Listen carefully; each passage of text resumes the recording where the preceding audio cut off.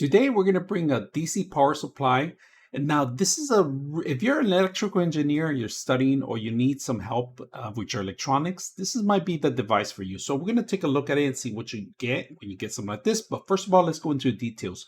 You got voltage, you got amp, and then this is what's going to be producing. You got your voltage here, and you got your amp here to control it. And then you'll fine tune even down to the millivolts. So that's pretty good that they have this thing. Now they do have a 5-volt connection. This is, you could charge anything, pretty much a regular phone connection to power it up. And of course you got your power button here. The knobs are very handy. I mean, to go down to the details. And of course, this is perfect if you don't have any kind of resistors installed and you want to test something out to what's the limit of it. For example, we're going to take a look at it and we're going to test a couple of things out too. Now, you got your negative, you got your positive, and then you got your ground. Now, if you don't have these cables, you don't have to use these cables. You can actually volt them down to the ground here and just tighten up. That's pretty much it. You could run the cable without necessarily doing it. You could have a cut cable and just run it through it directly to it. But they give you this, they give you the actual connection so we can connect them and start using them. So we got our negative and positive. This only goes from 30 volts to up to 5 amps. So I like the safety mechanisms that are included here. We're going to take a look at it and we're going to run something without resistors, and then we're going to run with resistors so we can see the actual amplification that's coming out of this system. So let's go ahead and run a test. All right, we're going to test it out. We're going to power it up. First time powering it up. If you guys can see it, right now we have it up to 1.99 volts. So we're going to change it down to, we're going to put 3. And it goes, like I said, it goes up to 30. We could go do up to 28.54, which is close to 30, you know. You could be precise. So we're going to go back to 3 amps. We're going to put a 3 amp. We're going to test a 3 amps right now.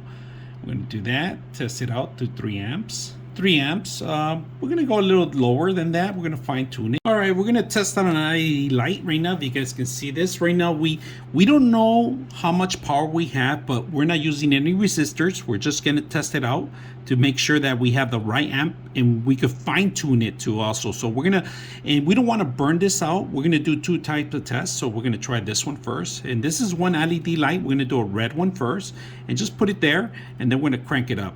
So let's go ahead and put this in here now to see how much power we get. If you guys can see it, we have about, we're getting at 2.48, and then we're under 118. And if we start dropping, it means it's burning out. So right now we're not dropping. We're okay at 400. It's giving it. So right now we are steady without resistor is actually finding out exactly how much tone we have to get. So that's pretty good. Without a resistor, it's actually telling you how much voltage we need and how much amps we're actually giving out to the actual LED.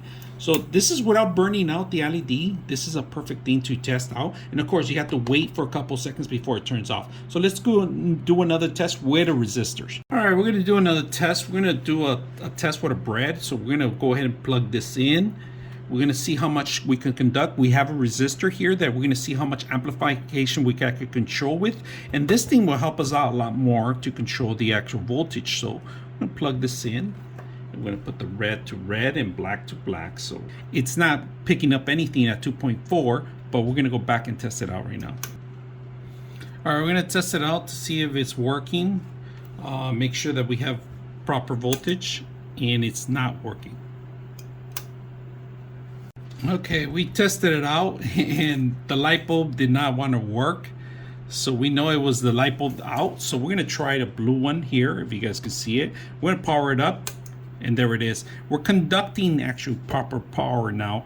So if you can see, it's below milliamps, all right? 3 milliamps, 5.3. That's how much voltage we are actually accumulating. We're controlling it because we have a resistor right in the actual bread. So it's controlling it, and we're able to read out the proper voltages and also control it. And this is just a little test I like to conduct. So if you're doing any kind of soldering on wire to wire or LED light or sensors, this is a way to actually properly test your amplifications on any systems that you have. So if you're not familiar with it, if you're going to go into electrical engineer, this is the proper way to start.